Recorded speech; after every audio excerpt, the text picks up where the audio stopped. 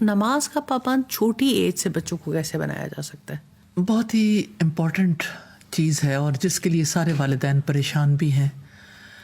اور سوسائٹی میں صورتحال یہ ہے کہ نماز ادا کرنے کے لیے باجماعت نمازوں کے لیے بزرگوں کی ایک چھوٹی سی صف ہوتی، پوری مسجد خالی ہوتی ہے. جی بالکل ایسے ہی. رمضان کے مہینے میں یہ ہوتا ہے کہ ابتدائی دنوں میں صفیں زیادہ ہو جاتی ہیں اور خاص طور پر تراویح میں رش بڑھ جاتا ہے. پھر کچھ دن گزرنے کے بعد وہ رش کم ہونا شروع ہو جاتا ہے اور پھر بھی ینگسٹرز کی تعداد تو پھر بھی کم ہی نظر آتی ہے. اور یہ کہ ایک ببل کی طرح اٹھتی ہے، ایک جوش اٹھتا ہے تو اس کے بعد یہ ختم ہو جاتا ہے. اس کا مطلب یہ کہ لوگوں کے اندر گنجائش ہے، لوگ چاہتے ہیں، لوگوں کو تسکین چاہیے، لوگوں کو اس کی ضرورت ہے، وہ کنیکشن چاہتے ہیں. لیکن پرابلم یہ ہے کہ ہم ان بچوں کے پوائنٹ آف ویو سے نہیں سوچتے، ہم آئیڈیل سٹیج تک پہنچنا چاہتے ہیں. مثال کے طور پر رمضان کی تراویح میں سب لوگوں کا دل ہوتا ہے کہ بچے جو ہیں وہ پوری تراویح پڑھ سکیں، پورا قرآن ختم کر جائیں، اسی طرح سے چلو قرآن ختم ہو جائے گا. بچوں کے لیے جہاں پہ یعنی صرف سورہ اخلاص اور چھوٹی صورتیں پڑھنا بھی دوبھر ہے، وہاں اتنا زیادہ قرآن کا حصہ سننا کتنا زیادہ مشکل ہو جائے گا. میں دونوں اعتبار سے بات کرنا چاہوں گی. ایک تو فرض نمازیں کیسے پابند بنایا جائے، دوسرا یہ ہے کہ تراویح کے سلسلے میں، قیام اللیل کے سلسلے میں کیا کس طرح سے بابت. جی جہاں تک فرض نمازوں کا تعلق ہے تو پہلی چیز تو اگزامپل ہے، رول ماڈل ہے.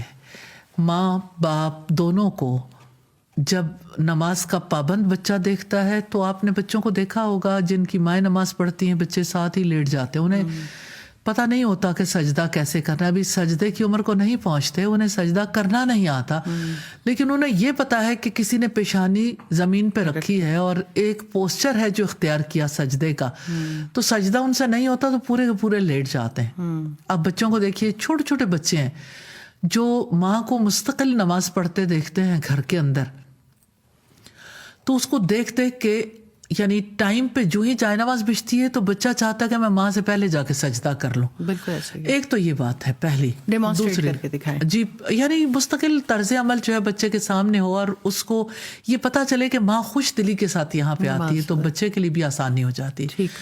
دوسری چیز جو ہے وہ یہ کہ بچے کو اللہ سبحانہ تعالیٰ سے کنیکٹ کرنا، اللہ تعالیٰ کون ہے، اللہ تعالیٰ کی باتیں کرنا. میں رسول اللہ کی اس یعنی جو نصیحت ہے اور آپ کا جو حکم ہے نومولود کے لیے، اس کے اتنے گہرے اثرات دیکھتی ہوں کہ بچے کی زبان اللہ کے نام سے کھلوائی جائے. ریئلی اس کا بڑا گہرا امپیکٹ ہوتا ہے. بالکل ایسے ہی. بچے جو ہیں ان کے بیک آف مائنڈ پہ اللہ سبحانہ تعالیٰ کا نام اچھے طریقے سے جم جاتا ہے، اور جو ہی اللہ کا نام آئے ان کی نظریں اور ان کے جیسچرز اور ان کی ہر چیز بدل جاتی ہے. میں نے خود ایسے بچوں پہ ایکسپیریمنٹ کیا ہے الحمدللہ کہ بچے کا دل اللہ سبحانہ تعالیٰ سے جڑ جاتا ہے، لاشعور میں وہ چیز چلی جاتی ہے اور اللہ کا نام جہاں کہیں بھی آتا ہے ان کی کیفیت بالکل فرق ہوتی ہے.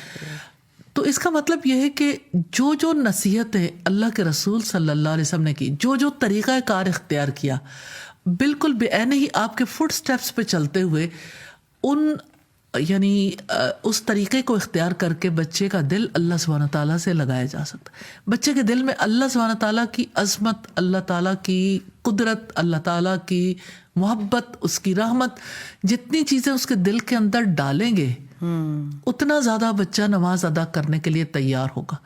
اور اس کو یہ بتایا جائے کہ نماز ادا کرنی ہمارے لیے کیا اہمیت رکھتی ہے اور پوری کائنات کس طرح سے اپنی اپنی نماز ادا کرتی ہے، تو بچہ جو ہے وہ اپنے آپ کو اس کا پارٹ اینڈ پارسل سمجھتا ہے اور نماز ادا کرنے کو اپنے اوپر بوجھ نہیں سمجھتا.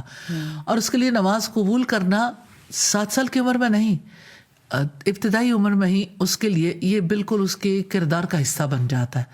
اور پھر 7 سال کی عمر میں نماز کا حکم دینا، 10 سال کی عمر میں اسے بھرپور طریقے سے پابند بنانا تبھی ممکن ہوتا ہے جب آپ اس ذمہ داری کو قبول کرتے ہیں. اور بچوں کے لیے نماز کو یعنی زیادہ فیوریٹ بنانے کے لیے اس کے لیے اسے چیزیں ڈرا کر کے دینا، مثال کے طور پر جیسے بچے ڈرائنگ کرتے ہیں، کلر رنگ بھرتے ہیں، تو نمازیوں کو بنا کے دینا کہ نمازی کس طرح سے نماز ادا کرتے ہیں، مسجد کی تصویر بنانا، مسجد کو ڈرا کروانا،